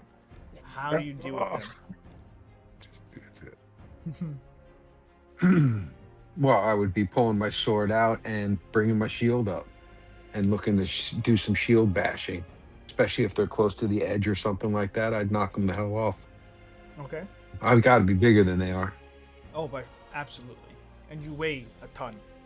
The first one tries to shoulder check you as he goes, and you immediately. The second one, once more, just laughing, jumps in the air. You just don't even flinch at their strength is nothing compared to what you faced recently. You bring out Absolution, and immediately one cut just cleaves one gnoll down. The other strike immediately, just with the radiant damage alone, just starts to burn the flesh off before it even strikes. And then blood just sprays across towards the center of the chamber.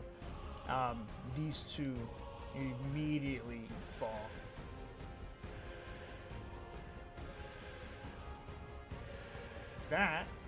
These two rush Michael and Ariza.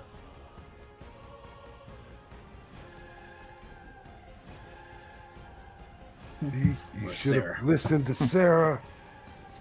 Fair. All right.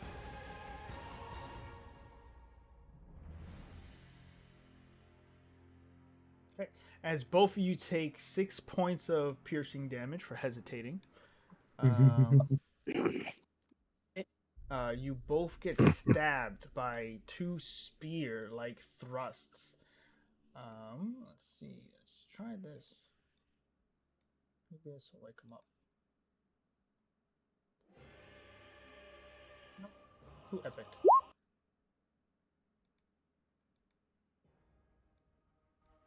More critical roll. As you both get stabbed by spears, what would you like to do?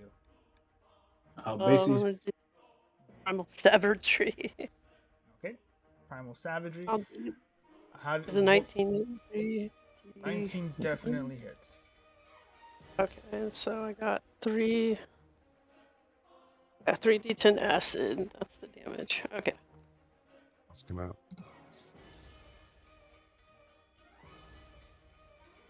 You laugh back at it, Sarah. Why does it keep doing that? It keeps on playing the wrong song. Keeps doing that. There we go. Finally. As you immediately bring out the claws after you're getting struck, Ariza, your arm turns into a just acidic-like green visage as it rakes against the knoll, and you see the creature immediately just lose a large chunk of its clavicle, its neck. The acid just starts to melt it until he's just completely out of the fight. And then Sarah? I'm going to use vicious mockery. So basically, the spear, I'm sort of grab it, and I sort of get close to his face, and I'll say, by the end of this, you're going to wish you was dead. And then cast vicious mockery on him. Okay. As you say the joke, the gnoll goes, and he stabs you again for 6 points of damage.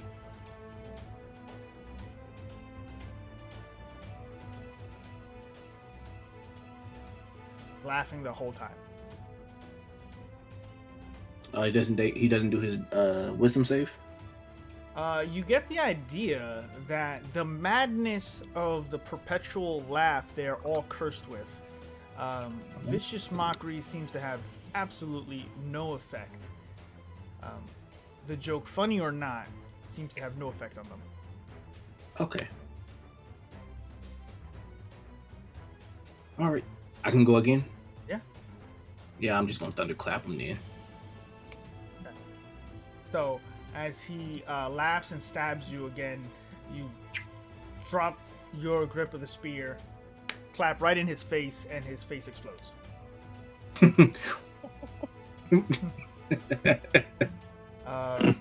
Tekel, you see as these other two gnolls immediately go to flank Ray. I hit one of them with the leader. Oh, okay. Not letting go of him, but Okay. Okay. So I see those two going, and he hits one of them with the leader, and I think he'll probably just see the gnoll, the other gnoll, like maybe trying to get on Ray's back, and everything. And as soon as it jumps in the air, he uses his cantrip lightning lure, which he described before as kind of like a whip. He's gonna grab it and then just toss it against the wall. Oh, okay. As you immediately cast the spell, you see the arcane anchor kind of grab the back of the gnoll midair and then fling him towards Kerr, as Kerr just moves a little bit to the left, right, and the gnoll hits the wall and immediately just breaks its back with the force. The gnoll in the center here, the pack leader, bleeding and broken in a drag-out brawl with Ray. You still have another action if you want to take, though, to go. Okay. And I'll probably hit another one of them with my lightning launchers. Probably just hit one of them with some lightning and everything. Whatever one I think is giving like Ray a problem. Okay. As this one goes and jumps onto Ray, you immediately hit him with a massive lightning blast. As you fire off, he just falls and crumples to the ground. With that, Ray, you are still locked into mortal combat with the Pack Lord. claws out, raking at him. I try to, I'm literally trying to flame, take his skin off of him. So Okay. just attack, and then hopefully what I'm going to try to do is when one of the other ones move to somebody else, I'm going to try to fling it at him. Okay. As you immediately grab at his pecs and just rake out a bunch of fur, blood, and skin onto the ground, this other gnoll immediately jumps towards you and you just grab him mid-jump. As soon as he hits you mid-jump, you grab the pack lord by the throat too, and you have both of them. And you start to squeeze your nails into their necks. The fire starts to melt into the flesh. You just smell burning fur as you're just wielding both gnolls in both hands right now. Smash. As you smash them together, the regular gnoll dies first. With little fight left, this gnoll is going to start charging the center between Michael and Ariza. All right. Double T. Yeah.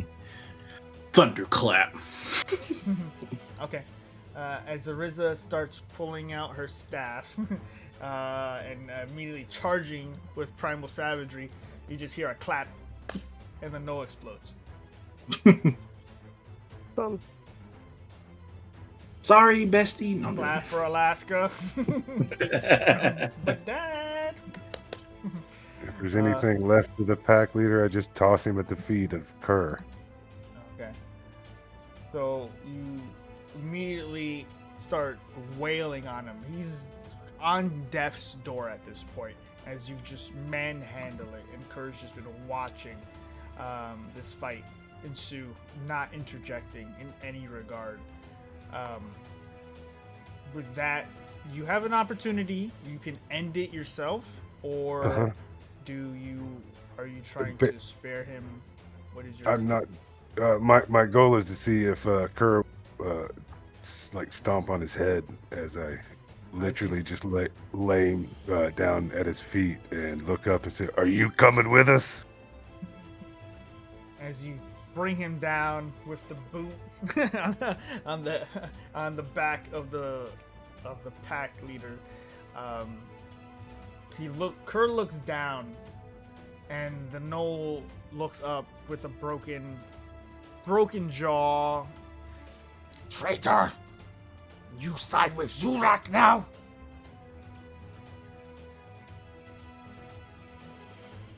Kerr looks up to you and says, "Finish him, Zzuh'Rak."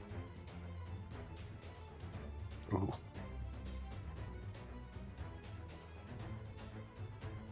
Pop? Mike, are they calling you Zzuh'Rak, dude? I think so. I caught on to that a little bit earlier. I didn't until I just popped his head. And Yeah. as you bring the boot down on the nose side, the whole cave cracks in, brain everywhere on your foot. As Kerr just looks down with his one good eye, as the pack leader is dead and fallen. As you look about, Kerr just breathes in, exhales. And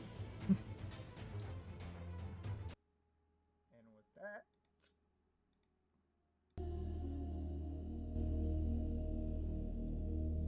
says, What does Zzuh'Rak mean?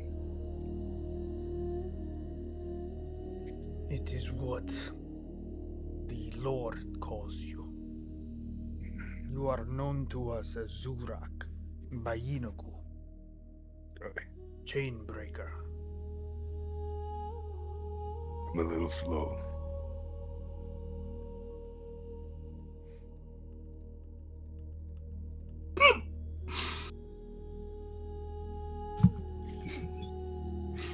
But I know he's been watching me for a long time.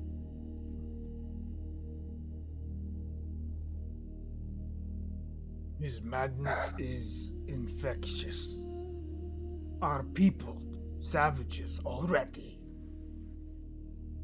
His corruption did not help. They were evil before he came.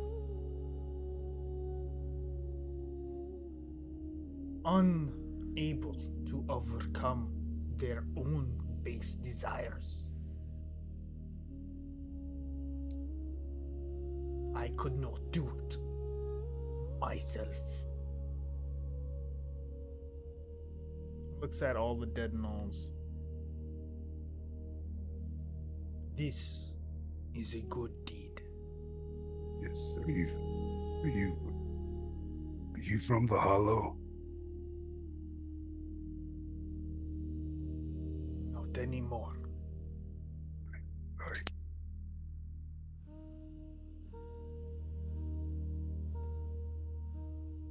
I'm looking at Tekel right now. Like, very concerned. This was something that needed to be done. He won't attack us. He won't harm us.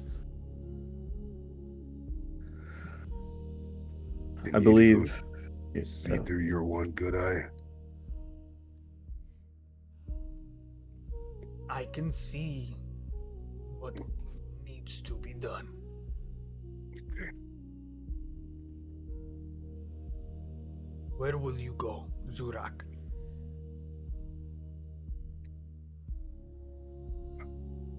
Towards the machine, which is probably towards the Minotaur. Baphomet himself. You seek a confrontation with the Horned King. Think it's a have-to situation? I want to. But it may be the deed I have to do.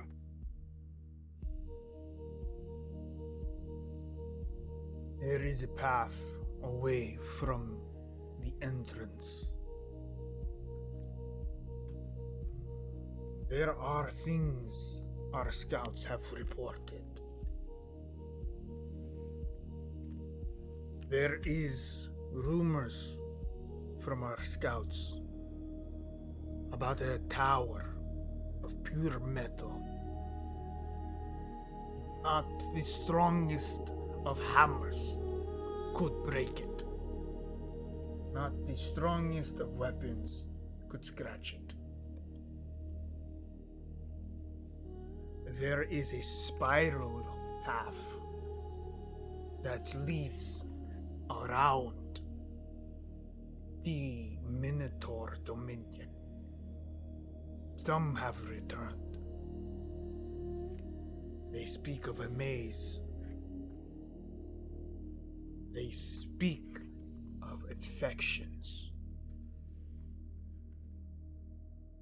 The furthest our people got, they were slaughtered by the Demon Lord himself. One escaped. It coward. Our people branded him. Spoke of making it to holes of petrified beings. In great pain. And of hair of pink.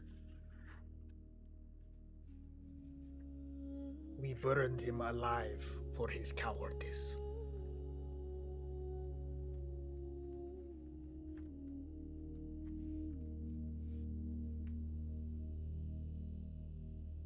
Lead us to this spiral. He looks at all the dead bodies and nods, yeah, in agreement. To kill this, the petrification, does that sound like something?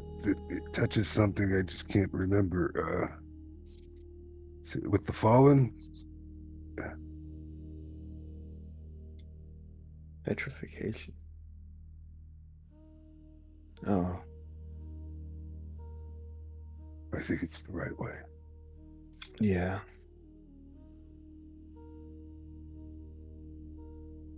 It's just... I trust him, Ray.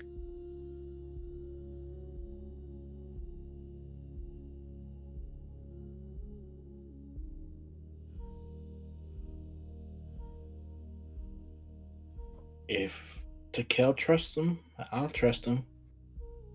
But I got my eye on you, buddy. It's good. I think he actually needs that one. That Turns his head sharply towards you. I would be a bit more bold in my strategies, Bard. Your tricks will not work here.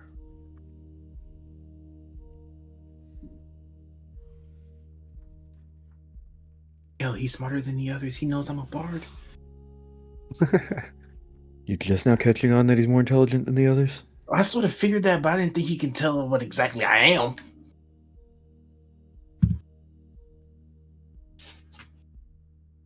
And I just grab his shoulder. It's okay. It's okay.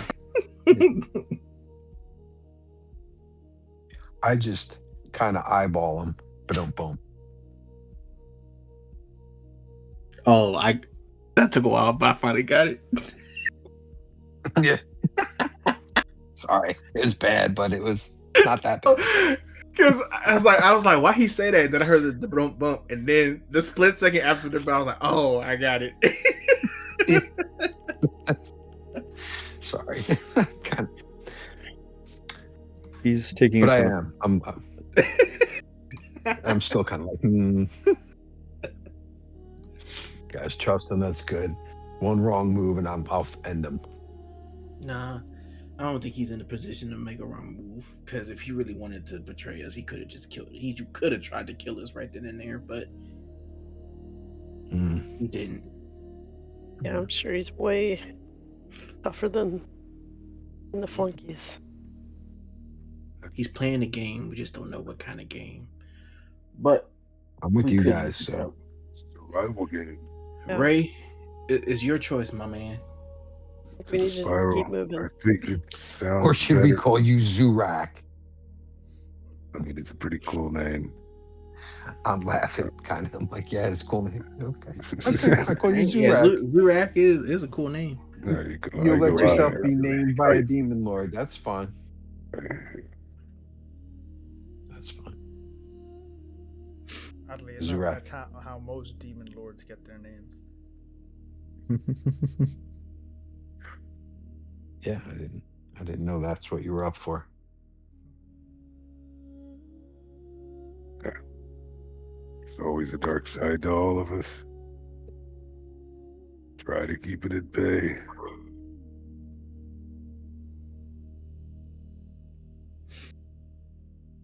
So, Not all of us. what would you all like to do? It sounds like we need to kind of go around the labyrinth to this spiral. Let's get Kerr to lead the way. Yeah, I thought that was his purpose. It might be different to the engine, though.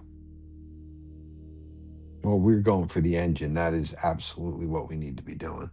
Yeah. Because the gnolls are after it as well. And so it's either we beat them there or we go there with them so they can fight it out and we can sneak out with it, something along those lines. But if our goal is to get the engine in, then that's what we should need to be focusing on.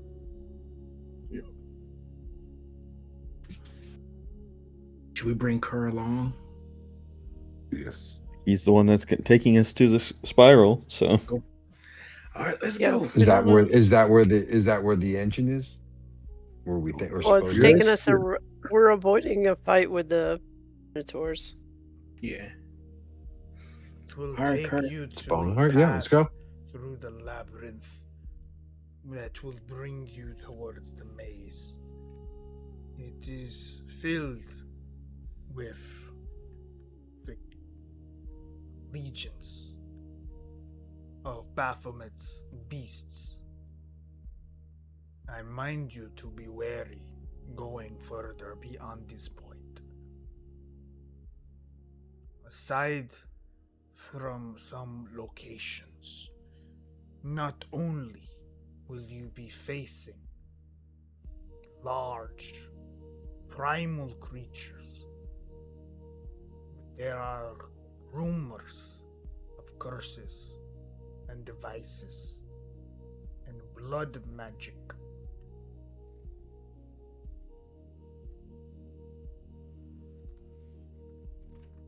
Pretty good at finding those traps as we're moving along. Potentially. If anyone can get through this, for whatever reason you have with this engine, Yinugu desires it. Baphomet craves it. This is where you go. I have faith in you, Zzuh'Rak.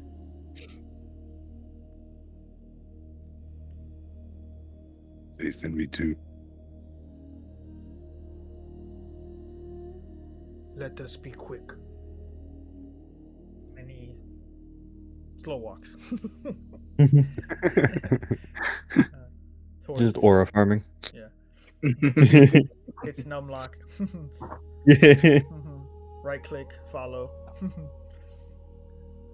Makes his way towards the exit of this cave, and you guys out of this area hear what sounds just like chaos and war. Outside, the gnolls are just piling through different alcoves and caverns. The minotaurs seem to get overrun.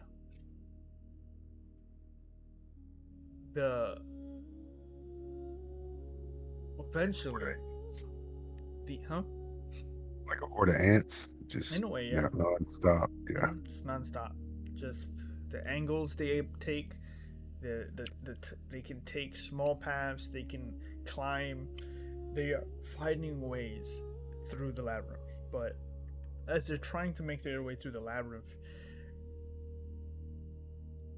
many find dark hallways. Many find places they shouldn't be in. Sigils of dark magic trigger and transform them into a culmination of horned, mutated beasts.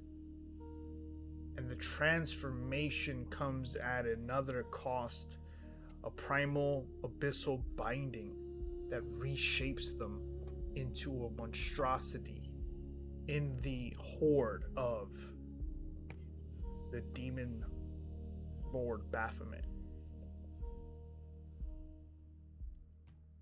Eventually, Yinugu arrives at the forefront of the bloodshed.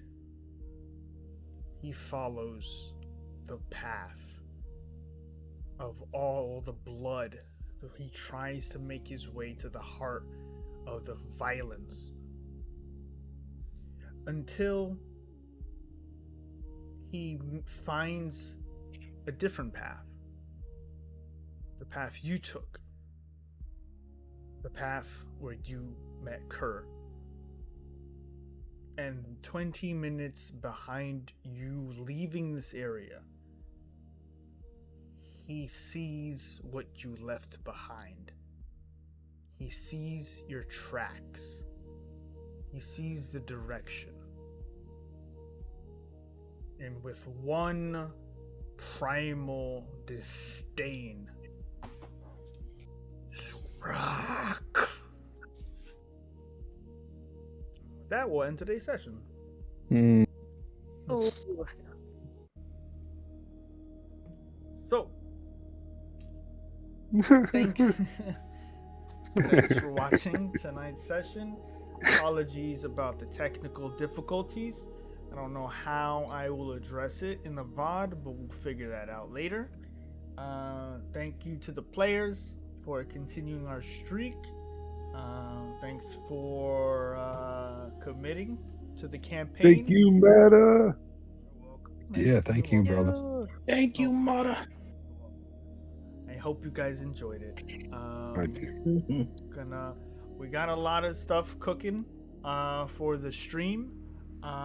We have some new announcements, not just for the upcoming homebrew adventures, which tomorrow we will be continuing the Slumbering Doom adventure. Yay! So much fun listening to you guys and like seeing what mistakes or what y'all do and what we didn't do. We don't make mistakes. No, I'm joking. I don't make mistakes. I'm like, We wow, do everything mistakes. Wow, intentionally. that was interesting. Well, that miss. It is pretty fun to see the comparisons of between Group A and Group B. So check out. Try not to give anything away. Oh no! I mean, by the next session, you guys will be able to talk about a lot more stuff, which will be nice, and you'll be able to catch up on the VODs for both of the groups. Episode 3A went up this week, so you guys can check that out, and then the finale of it will be going up on Monday, and then I guess we'll begin the VODs of the new group going through this week as well. So check that out. Also check out some of the older content that I revamped and I'm working on, some time-lapse and encounter videos about some of the stuff we're working on, along with a map that I've been working on for this chapter, that comprises the labyrinth, the maze engine. It's gonna be an interesting next couple of weeks, up till we get to our finale, so we're getting there. Thanks for watching. Thanks players again. Sorry about all that. But yeah, have a good one. Peace. Later. Yep. See you next week.